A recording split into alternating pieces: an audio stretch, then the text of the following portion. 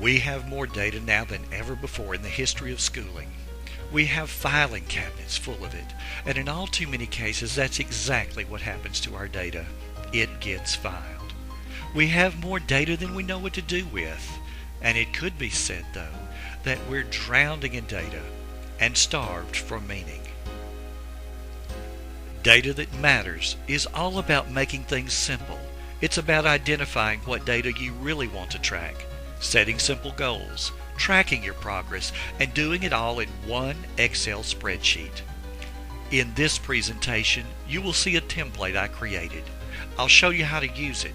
I'll show you where you can download it for free and start using it with your school. Lots of good stories begin with once upon a time. So to introduce this concept, once upon a time there was a new principal who learned very quickly that at her school there were far too many tardies, far too many checkouts for frivolous reasons, and far too many unnecessary absences. It's hard to teach kids who aren't here, so she felt if she could improve attendance, she could improve student achievement. So she came up with the Top Dog Club.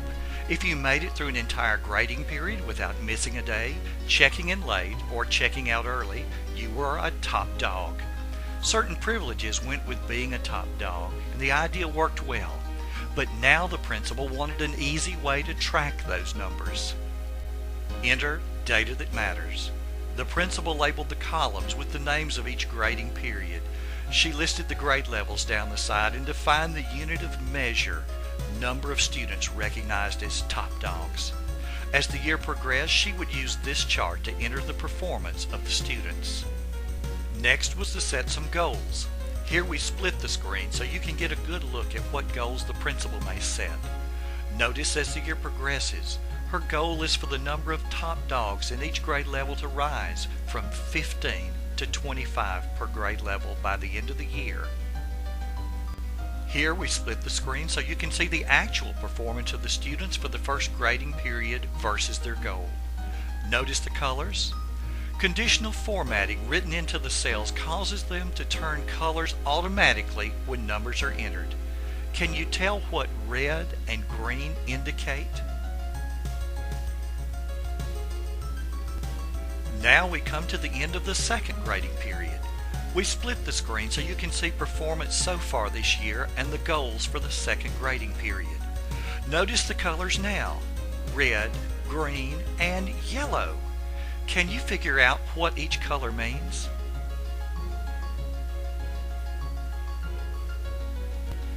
Here is our data after the next grading period.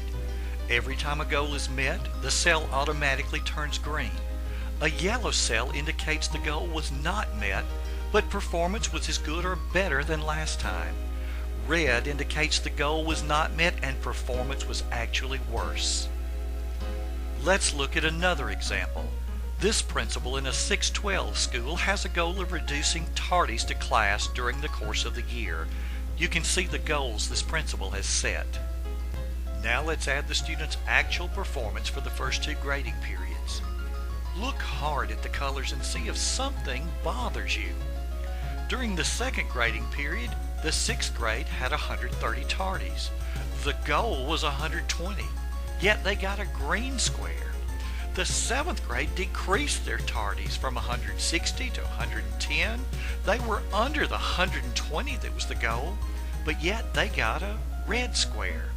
It looks like the colors are backwards, doesn't it? You see, there are times when bigger is better, like how many students made top dog status. There are other times, however, when smaller is better, like how many tardies. With formulas I wrote into this spreadsheet, data that matters can handle either case. Look at column V, the one which says 1 or -1. It looks like there is nothing in that column, but actually there is. Highlight the cells and you will see that column is populated with the number 1. It's in a white font, which makes it look empty against the white background of the cell. If you are working with data where bigger numbers are better, leave the numbers in column V set at 1. If smaller numbers are better, change the 1s to -1s. Watch what happens when we take the same example, tardies, and change those ones to negative ones. Now look at the colors. Does that look better? An individual teacher could use data that matters to track progress of students. Here, a physical education teacher wants to set goals for each student and chart their progress on the number of sit-ups they can do. On the right-hand side, he sets individual goals. On the left-hand side, he enters student performance. The cells automatically turn colors to indicate whether students are meeting their goals, where they're improving, and where their performance is backsliding. The data we collect falls in one of two categories. The first is leading indicators. These predict the future. They give us information about the direction in which we're headed. The other data type is lagging indicators. These come at the end.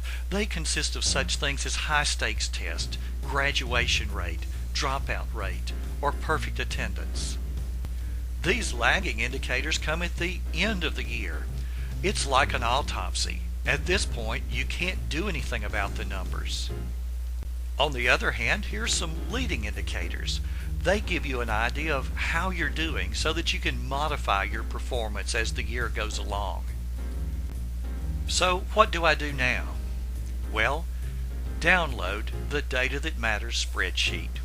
Use this link. Notice that the link is case sensitive. You will notice some tabs at the bottom of your screen. The first tab is your set of instructions on how to use Data That Matters.